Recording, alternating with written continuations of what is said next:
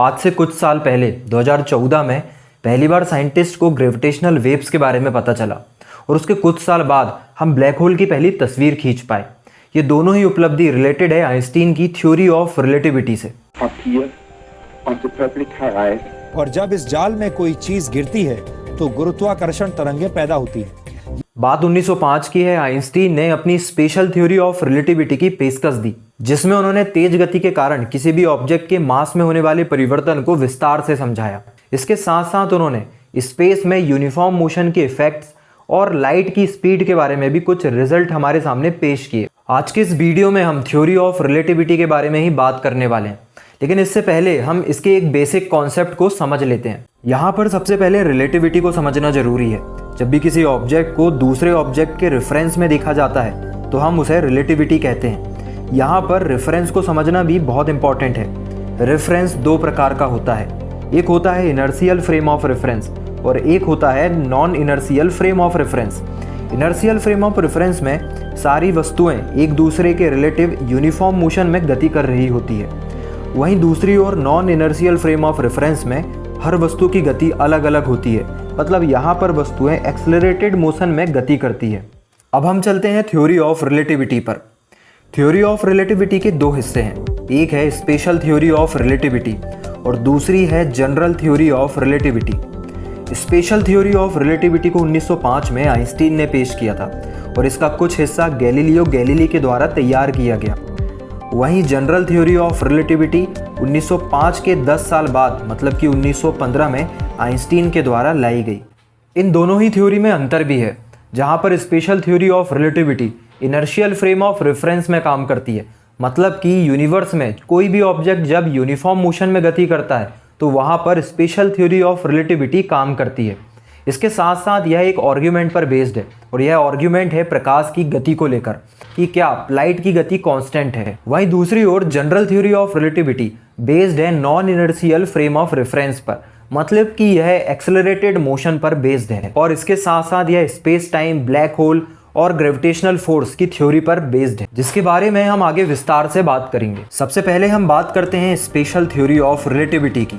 इसकी कहानी आज से 2500 साल पहले, मतलब कि 300 BC से शुरू होती है, जब एक ग्रीक फिलोसोफर अरस्तु ने बताया था कि भारी वस्तुएं हल्की वस्तुओं की तुलना में तेजी से पृथ्वी की तरफ गिरती है।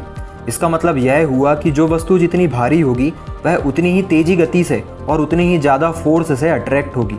यह थ्योरी लगभग 2000 सालों तक प्रैक्टिस में भी रही। आगे चलकर 1600 AD में इटली के साइंटिस्ट गैलीलियो गैलीली ने एक बात सिद्ध करी और यह बताया कि सभी वस्तुएं, चाहे वह भारी हो या हल्की हो, एक समान त्वरण से पृथ्वी की ओर गिरती है।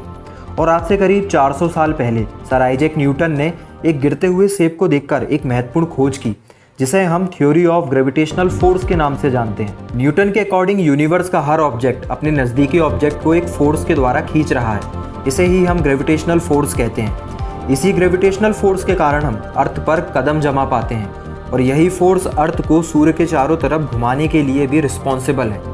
या यह कहे कि यूनिवर्स के हर एक ऑब्जेक्ट ग्रेविटेशनल फोर्स के कारण ही मोशन में है। इन्हीं सब कंक्लूजन की स्टडी के आधार पर आइंस्टीन ने अपनी एक थ्योरी पेश करी, जिसमें उन्होंने स्पीड ऑफ लाइट के कॉन्सेप्ट को सामने लेकर आया। लेकिन इससे पहले नज़र डालना जरूरी है उन दो महत्वपूर्ण खोजों के बारे में जो आइंस्टीन की थ्योरी के पहले ही खोज ली गई थी। इसमें से पहली खोज थी मैक्सवेल की, जिन्होंने बताया कि स्पेस में एक गति मौजूद है जो किसी के भी साथ रिस्पेक्टिव नहीं है, मतलब कि यह कांस्टेंट है, और यह गति थी प्रकाश की गति। प्रकाश की गति लगभग 3 लाख किलोमीटर प्रति सेकंड होती है। वहीं दूसरी खोज है मिचेल्सन और मार्ले की, जिसमें उन्होंने बताया कि लाइट को ट्रेवल करने के लिए किसी मीडियम की आवश्यकता नहीं होती है, मतलब कि लाइट वैक्यूम में भी ट्रेवल कर सकता है। और यह पहली बार हमें पता चला था, क्योंकि इसके पहले माना जाता था कि स्पेस में एक मीडियम है जिसे कि ईथर का नाम दिया गया है, जिसके बारे में हम कभी और बात करेंगे। अब हम बात करते हैं आइंस्टीन की थ्योरी की। आइंस्टीन का भी मानना था कि प्रकाश की गति कांस्टेंट होती है, लेकिन वह इस बात पर रिसर्च कर रहे थे कि क्या होगा जब हम लाइट की स्पीड से ट्रेवल करेंगे। आइंस्टीन ने अपनी रिसर्च में पाया कि किसी भी ऑब्जेक्ट की गति दूरी और समय के प्रोपोर्शनल पर निर्भर करती है। इसका मतलब यह है कि जब भी कोई ऑब्जेक्ट लाइट की स्पीड से गति करेगा तो दूरी और समय अपने आप को बदल लेंगे। इसके साथ साथ आइंस्टीन का यह भी मानना था कि प्रकृति के कुछ फंडामेंटल लॉज होते हैं और उन्हें प्रकृति कभी भी तोड़ती नहीं है, मतलब उन्हें बचाने का प्रयास करती है। लाइट की स्पीड भी इसी प्रकार का एक फंडामेंटल लॉ है जिसे प्रकृति कभी भी तोड़ना नहीं चाहती है। इसका मतलब यह है कि जब भी कोई ऑब्जेक्ट प्रकाश की गति से चलेगा तो प्रकृति अपने नियमों को बचाने के लिए समय और दूरी को बढ़ाने लगेगी। मतलब समय या तो स्लो हो जाएगा और या तो दूरी बढ़ जाएगी। आइंस्टीन की इस थ्योरी ने नई बहस को जन्म दिया, जो बहस थी टाइम ट्रेवल को लेकर, टाइम डायलेशन को लेकर और लेंथ कंट्राडिक्शन को लेकर। हम इसे आसान भाषा में समझने का प्रयास करते हैं। आइंस्टीन के पहले तक माना जाता था कि यूनिवर्स में टाइम की रफ्तार एक जैसी होती है, लेकिन इस थ्योरी से हमें यह पता चला कि टाइम भी बदलता है, मतलब कि टाइम कांस्टेंट नहीं है। इसे हम एक एग्जाम्पल के जरिए समझने की कोशिश करते हैं। मान लीजिए कि आप एक प्लेटफॉर्म पर खड़े हैं और आपका दोस्त 50 किलोमीटर प्रति घंटे की रफ्तार से चलने वाली एक ट्रेन पर बैठा है। आपको वह दोस्त ट्रेन की स्पीड मतलब कि 50 किलोमीटर प्रति घंटे की रफ्तार से जाता हुआ दिखाई देगा। अगर वह दोस्त ट्रेन के अंदर से ही ट्रेन के डायरेक्शन में 10 किलोमीटर प्रति घंटे की रफ्तार से एक गेंद फेंकता है तो आपके लिए गेंद की रफ्तार 10 किलोमीटर प्रति घंटे की ना होकर 60 किलोमीटर प्रति घंटे की होगी, क्योंकि गेंद की रफ्तार में ट्रेन की रफ्तार भी जुड़ जाएगी, क्योंकि आपके रेफरेंस में ट्रेन तो चलती हुई वस्तु है। ट्रेन में बैठा दोस्त अगर गेंद की जगह टॉर्च के लाइट को ट्रेन के डायरेक्शन में फेंकता तो क्या लाइट की स्पीड अपने नॉर्मल स्पीड से हमें बढ़ी हुई दिखाई देती? जवाब है नहीं, क्योंकि लाइट की स्पीड कांस्टेंट है। इस एग्जाम्पल का कंक्लूजन यह है कि यूनिवर्स में लाइट की स्पीड से तेज कुछ भी नहीं है।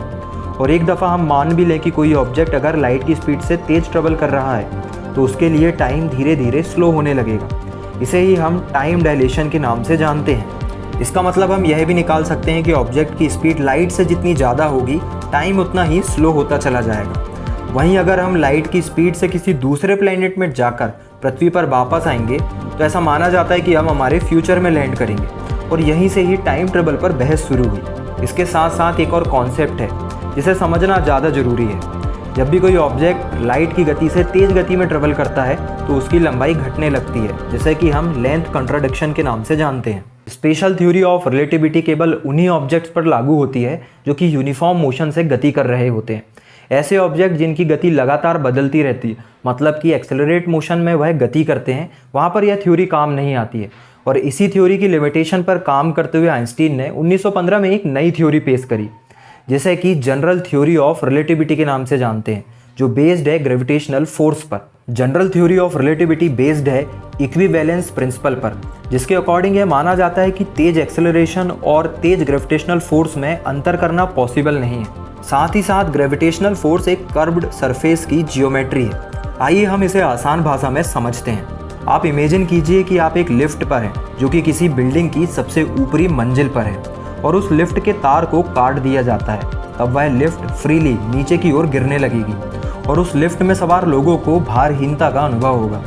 यह एक्सपीरियंस बिल्कुल वैसा ही होगा जैसे एस्ट्रोनॉट को स्पेस शटल में होता है। यह घटना गुरुत्वाकर्षण के कारण घट रही है या तेज एक्सेलरेशन के कारण, यह बताना मुश्किल है।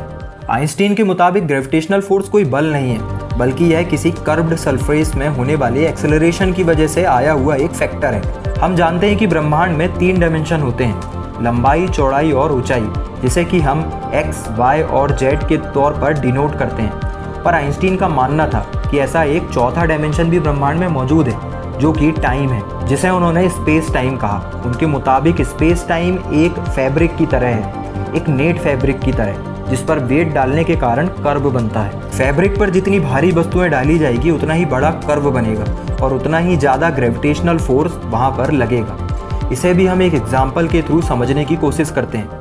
आप फिर से इमेजिन कीजिए कि एक कोई पॉइंट है जिसके आसपास कुछ भी मौजूद नहीं है, ना तो कोई जगह मौजूद है और ना ही किसी प्रकार का कोई फोर्स मौजूद है। अब इस पॉइंट मतलब कि इस ऑब्जेक्ट में अगर कोई विस्फोट होता है तो उस पॉइंट के अंदर के मौजूद तत्व बाहर की ओर निकलने लगेंगे, पर यह एक सीधी रेखा में निकलेंगे क्योंकि इनके बीच में कोई फोर्स नहीं है। अगर इन बिखरे भागों के बीच में हम किसी एक अट्रैक्शन फोर्स की कल्पना करें, तब यह बिखरे हुए भाग सीधी रेखा में ना चलकर आपस में गोल आकृति में इकट्ठे हो जाएंगे और यह एक कर्व बना लेंगे। अगर हम इन बिखरे हुए हिस्सों को स्पेस मान लें तो हम देखेंगे कि हमारा स्पेस फ्लैट और सीधा ना होकर कर्व है। हमारा सूर्य भी अपने द्रव्यमान के कारण इस फैब्रिक में एक कर्व बनाता है और उसी कर्व के कारण ये सारे प्लैनेट सूर्य के चारों तरफ चक्कर लगाते हैं।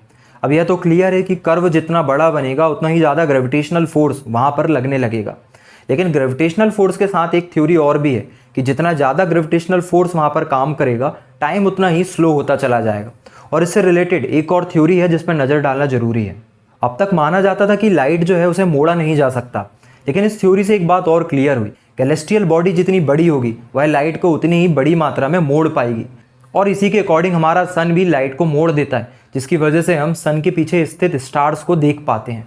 ये बात थी थ्योरी ऑफ रिलेटिविटी की, लेकिन इस थ्योरी ऑफ रिलेटिविटी ने बहुत सारे नए कॉन्सेप्ट को सामने लेकर आया, जिसमें time travel, time dilation, wormhole जैसी बहुत सारी थ्योरी शामिल है, जिस पर हम आगे ज़रूर बात करेंगे। आपको अगर हमारी एफर्ट अच्छी लग रही है तो आप लाइक कर हमें समर्थन कर सकते हैं। साथ ही साथ अपने सुझाव को कमेंट पर हमें भेज सकते हैं और सब्सक्राइब कर हमें अपना सपोर्ट दे सकते हैं। धन्यवाद।